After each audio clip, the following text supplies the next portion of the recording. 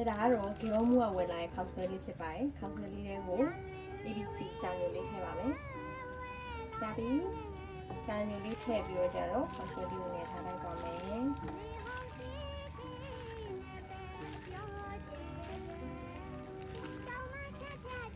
ပြီးလို့ရှိရင်ဒီဘက်မှာဆိုလို့ရှိရင်တော့ပစွန်လေးရယ်ပန်းမွန်လေးရယ်ပြီးလို့ရှိရင်ဒီပြမှုတေးသေးလေးလည်းရှိနေရတဲ့ကောင်မျိုးထည့်လိုက်ပါမယ်ဘီဒီကွန်လေးပါပြီးလို့ရှိရင်ခါကျက်ဦးလေးရယ်အစိမ်းကတော့ဘဲသီးမရှိရတော့ကြောင့်ဒီနေ့အိမ်မှာရှိရငရုတ်ကွာဒီလေးနဲ့ရှိရလေးနဲ့ဒီနေ့ခောက်ဆွဲတူတူကြောကြပါမယ်တက်စီလေးပူလာပြီဆိုရင်တော့ကျက်ဦးလေးရင်စားကြောပါမယ်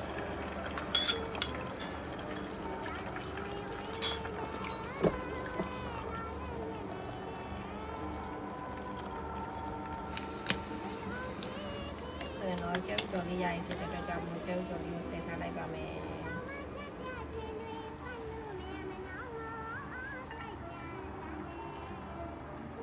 ကျုပ်ကြော်ထားတဲ့စီထဲမှာဒီအရွက်နဲ့ပစုံလေးကိုထည့်ပြီးပို့လိုက်ပါမယ်ပစုံလေး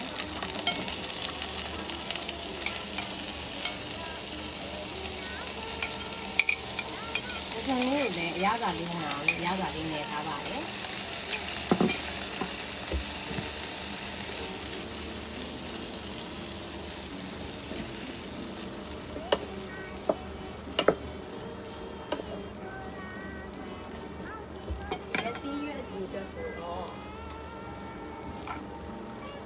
လေးရယ်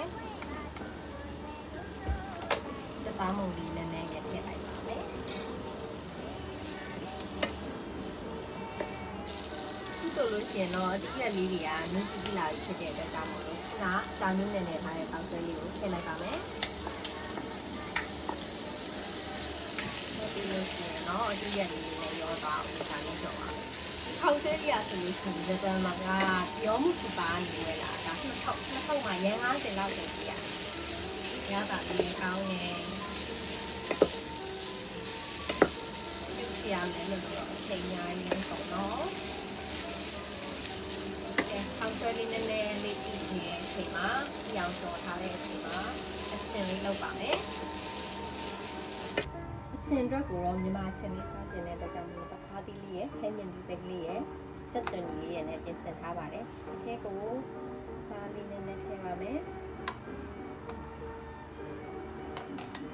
ပြီးလို့ရှိရင်တော့တမယာသီးအစေကလေးကိုညှစ်ထည့်လိုက်ပါမယ်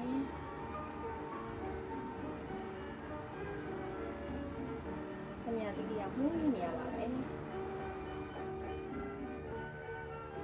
ရှင်တော့နေလိုက်လို့ရှိရင်ချင်းလေးရပါပြီတခါချင်းလေးပါ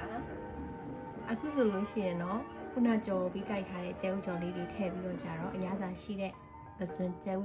ခောက်ဆွဲကြော်လေးကိုစားသုံးလို့ရပါပြီခုနလောက်ထားတဲ့ဒီအချင်လေးနဲ့တခွားသီးရဲ့ချက်သွန်ကြီးရဲ့ခဲမြင်သီးရဲ့အချင်လေးနဲ့တွဲပြီးစားပါမယ်ကဲအားလုံးလည်းခောက်ဆွဲကြော်လေးကြိုက်တယ်ဆိုရင်လိုက်ကြော်စားကြည့်ကြနော်နောက်ဗီဒီယိုတွေမှာတွေ့ပါမယ်တတား